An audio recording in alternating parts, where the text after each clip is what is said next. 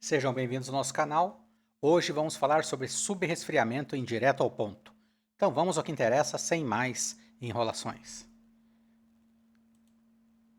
Compartilhado está. Então, galera, o que vocês vão precisar para fazer o subresfriamento? Para fazer o subresfriamento em um equipamento, você vai precisar de um manifold, ok? E esse manifold, naturalmente, ele vai ter o relógio de baixa e alta. Para o subresfriamento, nós vamos usar o manômetro de alta, beleza? Você vai precisar da régua pressão temperatura. Eu indico muito vocês usarem o refrigerante slider da Danfoss. Baixem ele no celular de vocês, qualquer smartphone funciona. Aplicativo original, vai lá na Apple Store, na Play Store e baixem lá o refrigerante slider em seu celular. Vocês vão vir aqui em refrigerante slider aqui, pessoal, no aplicativo, já vai abrir essa reguinha para vocês. Vocês vão precisar de um termômetro, pode ser o Penta da Fugauge, é o mais indicado, mas se você não tem condições, compra um termômetrozinho simples mesmo, desses a Coel tem, outros também tem a bateria, eles são baratinhos, beleza? Subresfriamento. O que é o subresfriamento? O subresfriamento nada mais é, pessoal, que a certeza, se você tem que medir o subresfriamento para ter certeza que você teve a condensação do vapor, lembrando que o vapor vai aqui vir a alta pressão e alta temperatura, essa temperatura aqui pode chegar próximo de 100 graus, aí, 80, 90 graus aqui, vamos colocar 85 graus Celsius, por exemplo. Mas já dentro do condensador, você começa a ter aqui, ó, quando você entra aqui no condensador, você começa a ter a condensação desse vapor, ok? Nessa condensação, eu começo a ter a mistura vapor mais líquido. Isso é super importante. Aqui, ó, eu tenho só vapor, beleza? Nesse trecho aqui da unidade condensadora, tenho apenas vapor. Aqui no condensador, eu começo a ter vapor mais líquido. Isso aqui é resfriado pelo meu ar, basicamente. Ó, eu tenho o meu ar. Aqui eu vou ter, por exemplo, o ar forçado. Esse meu ventilador aqui vai puxar o ar, né? Ok? Ele vai puxar o ar aqui, ó. E esse ar vai vir aqui pro compressor, né, galera? Tá? Então tem aqui o ventilador puxando esse ar. Vamos supor que esse ar esteja passando aqui a 32 graus Celsius, ok? Eu estou puxando aqui esse ar a 32 graus Celsius e eu estou transformando aqui o meu vapor em líquido. Tranquilo? Aqui no final eu tenho que ter 100% de líquido. Aqui já no final, obrigatoriamente 100% de líquido. Por quê? Porque eu preciso de 100% de líquido para eu ter a correta evaporação no meu evaporador, para minha válvula de expansão conseguir diminuir a pressão e regular o superaquecimento certinho dentro do meu evaporador. Uma coisa está interligada na outra, a minha transição do circuito de alta para o circuito de baixa. O que acontece se eu não tiver 100% de líquido aqui? Eu vou ter instabilidade na minha válvula de expansão e eu vou ter um baixo rendimento no meu evaporador, beleza? Tá? Por que eu posso ter um subresfriamento zero, não ter subresfriamento aqui, não ter a passagem aqui do total em líquido, 100% líquido? É um condensador pequeno, condensador sujo, o ventilador aqui inoperante, ok? Tudo isso pode acontecer.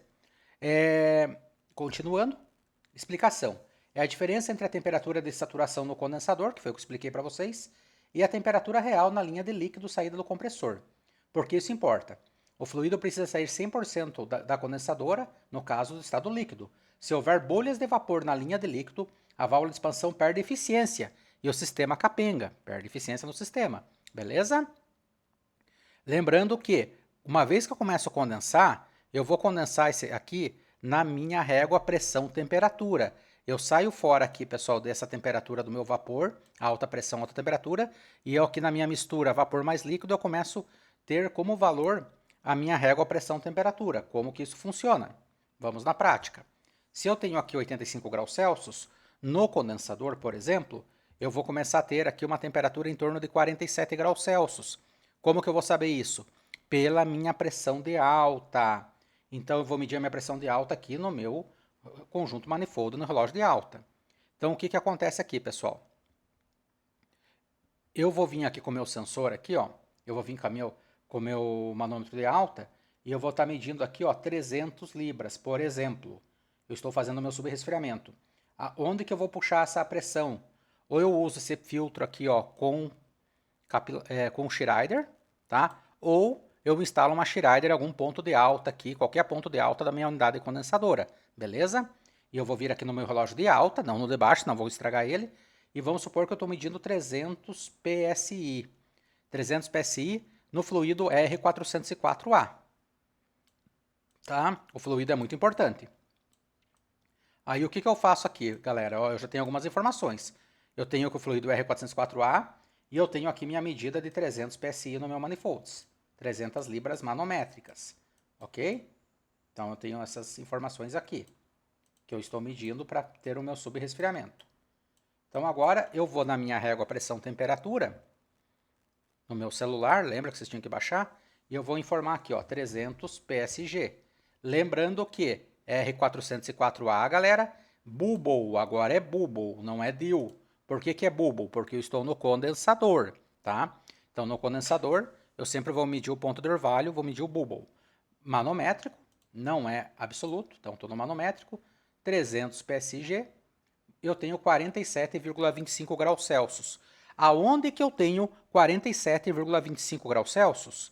Eu tenho aqui, galera, em todo esse condensador, ó, desse ponto aqui até o final dele aqui, ó, eu tenho 47,25 graus Celsius. Aonde? 47,25 no meu fluido refrigerante. Isso aqui é a minha pressão de condensação no meu fluido refrigerante. Beleza? E eu vou fazer menos a temperatura do líquido. Como é que eu sei qual que é a minha temperatura do líquido? Eu vou vir com o meu sensor aqui, ó, meu penta, e eu vou colocar ele aqui, ó. Eu vou colocar ele aqui e vou fixar ele firmemente com abraçadeiras, tal qual eu faço na minha válvula de expansão termostática, ok?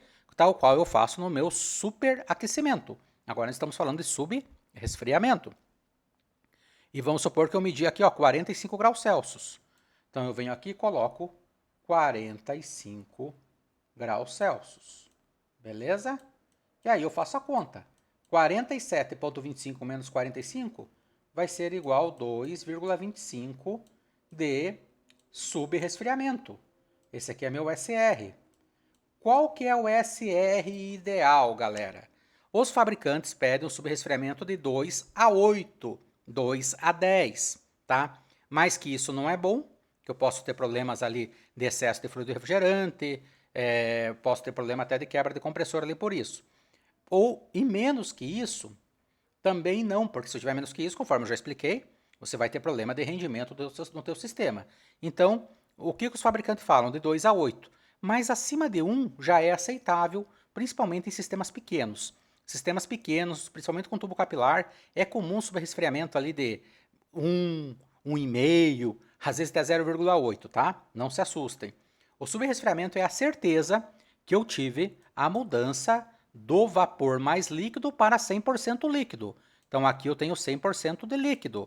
Como aqui, ó, eu tinha, lembra lá no slide passado, como aqui eu tinha 100% de vapor, né? Então até aqui nesse tubo tinha 100% de vapor e aqui para frente eu vou ter 100% de líquido. Como eu tenho essa certeza? Porque eu sei que na minha mistura vapor mais líquido, a minha régua pressão-temperatura é válida, tá? Então aqui, ó, a minha régua pressão-temperatura na minha mistura vapor mais líquido é válida. Então eu sei que todo esse trecho aqui, ó, eu tenho 47,25 graus Celsius. Se aqui eu estou mais frio, porque eu estou subresfriando. Isso aumenta o desempenho da minha máquina. Quanto maior o meu subresfriamento, maior o desempenho da minha máquina. Isso controlado até 8 ali, no máximo 10 de subresfriamento. Beleza, galera?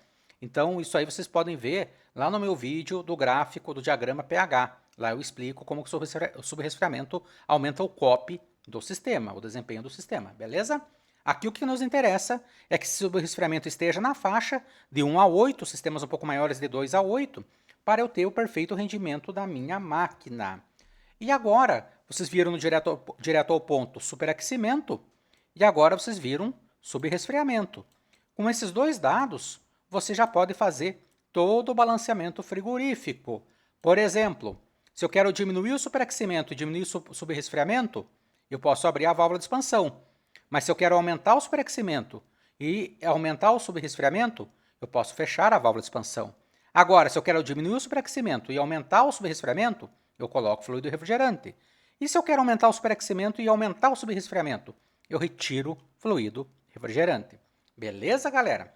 Então, a ideia desse vídeo aqui é justamente essa, direto ao ponto, qual é a técnica de fazer o subresfriamento. Eu vou deixar aqui nos cards para vocês como que as aulas completas de subresfriamento, com toda a teoria, para quem quer se aprofundar, beleza? Aqui é só para passar a técnica rapidinho de como se faz o processo. Se inscreve no canal, deixa o like, considere se tornar-se assinante do canal, galera, beleza? E faça o treinamento conosco, refrigeração comercial para técnicos e ar-condicionado, e também entre na página da girelirefrigeração.com.br, liguem lá na Girelli, compre alguma coisa com a gente e dá aquela moral aqui pro professor dizendo que eu que indiquei a loja, beleza? Forte abraço a todos, galera, e se vemos no próximo vídeo.